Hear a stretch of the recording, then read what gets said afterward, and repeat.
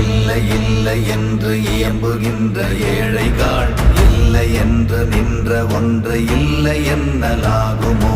இல்லை அல்ல என்றும் அல்ல, இரண்டும் ஒன்றி நின்றதை எல்லை கண்டு கொண்டோர் இனி பிறப்பதிங்க